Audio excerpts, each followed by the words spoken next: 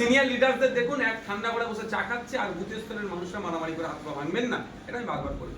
এই যে দিলীপ বাবু যাওয়াতে একাধিক ইকুয়েশন আছে। একটা হচ্ছে প্রেসার পলিটিক্স। দিলীপ বাবু তার দলে দেখছিলাম ক্রমশ কোণঠাসা হয়ে যাচ্ছিল। তিনি তার দলের তার গ্রহণযোগ্যতা বাড়ানোর জন্য হতে পারে এটা গিয়েছেন, হতে পারে এটা যে শুনছিলাম আবার মমতা ব্যানার্জির সাথে দিলীপ বাবু সরাসরি একটা খুব ভালো সম্পর্ক আছে, মমতা ব্যানার্জি হয়তো মেবি তাকে সরাসরি আমন্ত্রণ করেছে, আমন্ত্রণ তিনি ফেলতে পারেননি, তিনি পৌঁছে গিয়েছেন এটাও। আর সাথে সাথে তৃণমূল আর বিজেপির টিকিমতা তো নাগপুরে বলে দিয়েছে, অর্ডার হয়তো নাগপুর থেকে এসেছে, যেতেই হবে, এটা হতে পারে। এগুলো হচ্ছে সত্য কোনটা, যারা গিয়েছেন যারা আমন্ত্রণ করেছে তারা বলতে পারে।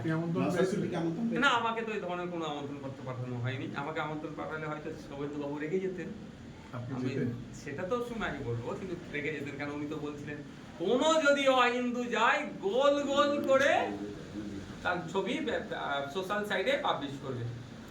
কজন অহিন্দু গেছে আমি বলতে পারবো না, আর কজনের ছবি শুভেন্দু বাবু এখন পোস্ট করবে সেটা দেখার কতটা গুরুত্ব আছে শুভেন্দু অধিকারী এই রাজ্যে, কি মনে হয়?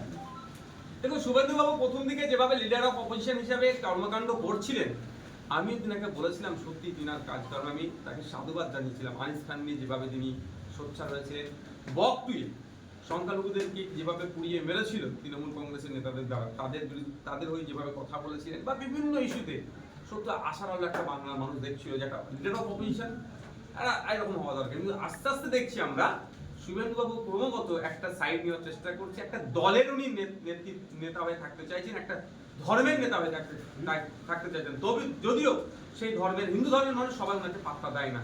আপনি যে প্রাসঙ্গিকের কথা বলছেন, শুভেন্দু বাবু তার আচরণের জন্য অপ্রাসঙ্গিক হয়ে উঠছেন, ক্রমশ হিন্দু সমাজের মানুষও তাকে প্রত্যাখ্যান করছে। কেন বাংলার মাটিতে ওই হিন্দু মুসলমান এই বিভাজন চলবে না, কারণ এই মাটি নজরুলের মাটি, এই মাটি রবি ঠাকুরের মাটি, এই মাটিতে হিংসা বিদ্বেষের চাষ আমরা কোনো মতেই হতে দেবো না।